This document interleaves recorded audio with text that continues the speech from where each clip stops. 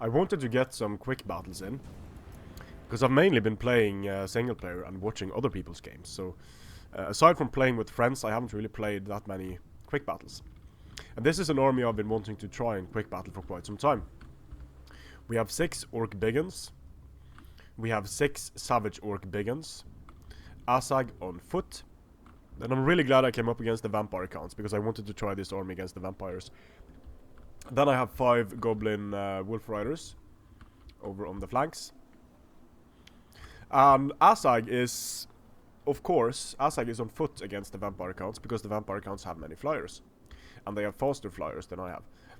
Here we have a vampire on a Hellsteed. We have Manfred on a zombie dragon.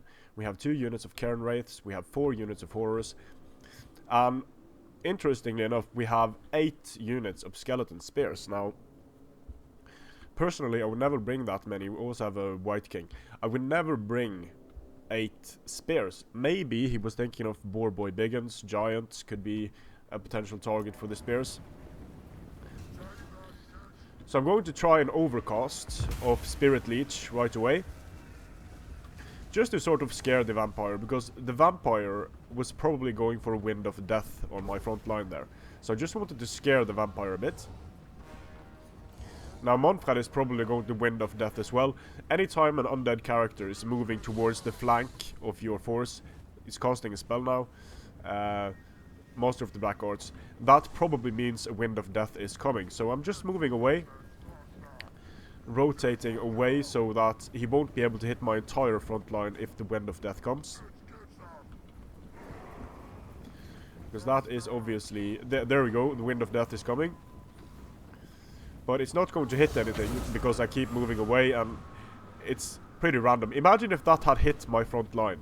I would be so dead. I'm just keeping my Wolf Riders over here. They are so fast that they can run around at any time. The cool thing about the Orcs and Goblins versus Vampire counts is the pure numbers. Now I have 6 units of mid-tier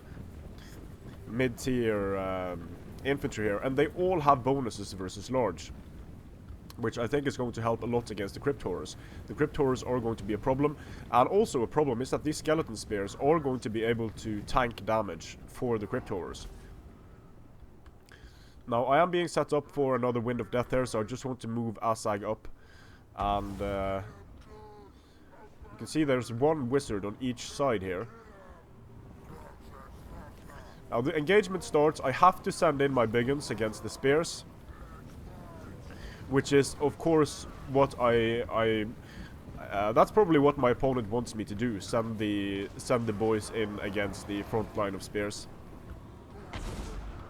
The Wind of Death misses again, so I am a bit lucky with my magic here. But also, I take note of when a spell is being cast, and then I move just before that. The big uns into the Crypt Horrors, follow up with another unit of big uns. You see the Skeleton Spears are losing heavily, but now the Crypt Horrors move in. And that's a problem, because even though I have a bonus of 8, there we go, Spirit Leech, I'm leaving Asag here as a bait. Look, he looks oh so vulnerable and alone. But is he really? So Manfred swoops down, the Vampire comes flying as well. But this is what I want. Now the Savage Orc Big Uns can attack Manfred. And Manfred getting surrounded by units that have a bonus versus him, he's going to take a lot of damage very, very quickly. So the Vampire is fighting my Wizard. I'm buffing my troops here with a few abilities. And at this point I'm thinking, okay, Asag is going to die, but I'm going to trade 2 characters for my Asag on foot. And Asag on foot is much cheaper than these few characters. Downhill charge into the Cairn Wraiths, moving my Goldbrain Wolf Riders into position. I'm just trying to stop these Crypt Horrors with a wall of boys. Armored boys in front, unarmored boys behind. So the Vampire is dead. The Cairn Wraiths move in and want to take care of Asag. But Mr. Manfred, he isn't doing too well at all here. He is taking a lot of damage from the boys. And he's about to go down. But as you can see, the battle is not over. We've both lost our generals. That's going to be a morale problem for me. However, he's going to take crumbling damage. So Manfred is pulling out, but crumbling is going to finish him off.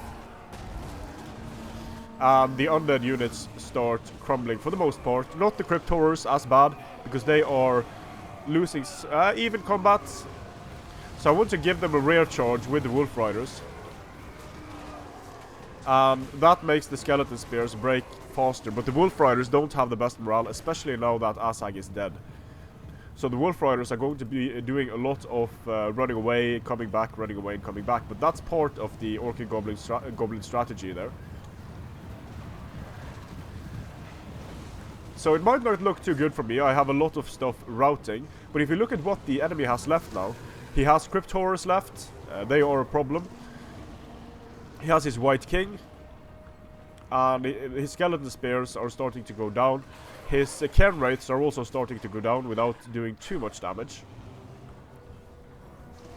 And the cool thing about Orcs and Goblins disengaging is that they have a pretty good charge bonus.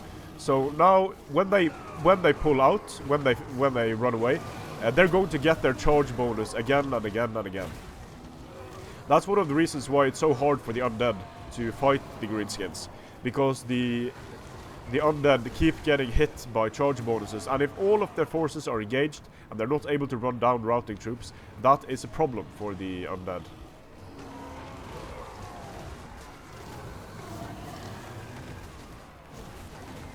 But Crypt Horrors are always a force to be reckoned with, especially when they have support of just a few infantry units like this. But my boys, my big uns, run away, keep coming back, gets their charge bonus again and again. And that starts to take its toll on the Crypt Horrors. I'm just keeping my Wolf Riders in reserve.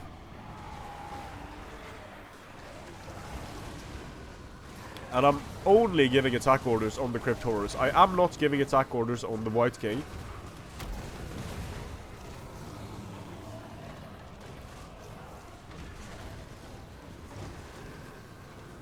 And the Skeleton Spears taking damage. So one Crypt Horror unit is about to go down to crumbling. The thing is, even though they crumble, they have regeneration, so there's a reason why these are usually the last units left on the battlefield for the undead. So getting in another rear charge here. Skeleton Spears crumbling.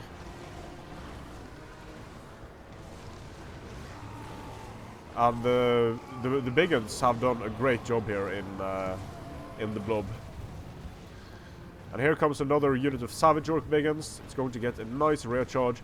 Basically everything is at shaky morale now, but as long as these units are not able to follow me, that really isn't a problem. You can see the charge here from the big uns just does immense damage.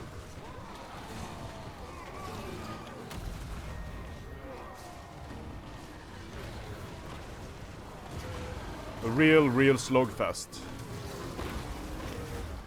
It's so important to completely kill the Crypt Horrors, because they can be at very low health and still have a few horrors left in the unit, like this unit, down to less than 50% health, but there are still 8 Crypt Horrors dealing damage here. And the White King does a smart thing here. He tries to run after the routing units, but I had my Wolf Riders waiting for him. So the Wolf Riders are going to try to stop him, try to swamp him. There we go. So he's going to be able to break the Wolf Riders, but he's also going to have to stop the pursuit. Now this unit of big uns is shattered, so he managed to do that. But the White King isn't supporting this fight anymore. Charge by charge, the orcs are coming out on top.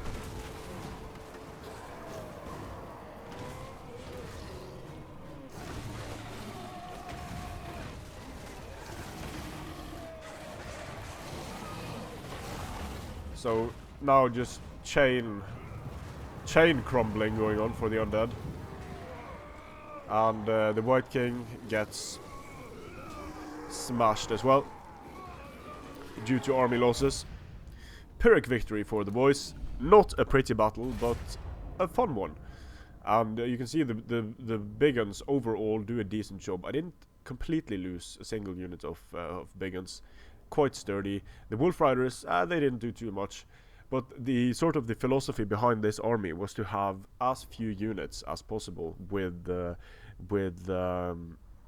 vulnerabilities towards the units that the undead would bring. So if I had a flying Azag the Slaughterer, he would be dead relatively quickly. Now this Eleftherios didn't really bring a typical Vampire Count's army here, because he has 8 skeleton spearmen, and it isn't that common. He had 4 Crypt Horrors, and they did well. If this army consisted of 6 Crypt Horrors and the standard undead stuff, I think I could have been in much more trouble than I was. The same thing, if these Winds of Death kept hitting, then I would also be in a lot more trouble. But I got a bit lucky. The Winds of Death didn't hit. The Azag, although he didn't have a massive impact on the battle, he was able to Spirit Leech both Manfred and the Vampire. They landed when Azag was alone, and that enabled the boys to get in and finish them off. So all in all, that was a pretty good trade. Thanks to Eleftherios for that battle. It was a good one. Strength and honor.